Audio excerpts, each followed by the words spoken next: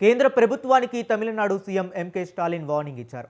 పార్లమెంట్లో delimitation bill pass చేస్తే భారీ ఉద్యమం చేపడతామని హెచ్చరించారు.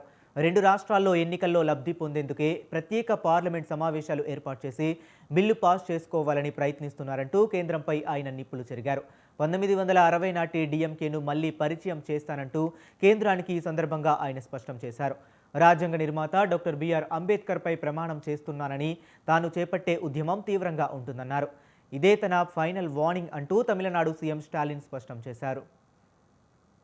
அரசியல் தமிழ்நாட்டின் வாசல் வர வந்துட்ட பேராபத்தை பற்றி சொல்லவும் ஒன்றிய பாஜக அரசுக்கு எச்சரிக்கை விடுக்கவும் தான் இந்த வீடியோ. தேர்தல் பிரச்சாரத்துக்காக நிற்காம ஓடிக்கிட்டே இருந்தாலும் இந்த கடமையை தவிர்க்க முடியாது. நாளை மறுநாள் ஏப்ரல் 16 நாடாளுமன்ற சிறப்பு கூட்டத்தொடர் கூடுதுன்னு சொல்கிறத விட தமிழ்நாடு மேற்கு வங்க தேர்தலுக்கு நடுவில் வலுக்கட்டாயமாக கூட்டப்படுதுன்னு தான் சொல்லணும். டீலிமிட்டேஷன்கிற தொகுதி மறுவரைகிற தொடர்பாக அரசியல் சட்ட திருத்தத்தை இந்த தொடரில் புல்டோஸ் பண்ண போகிறாங்க.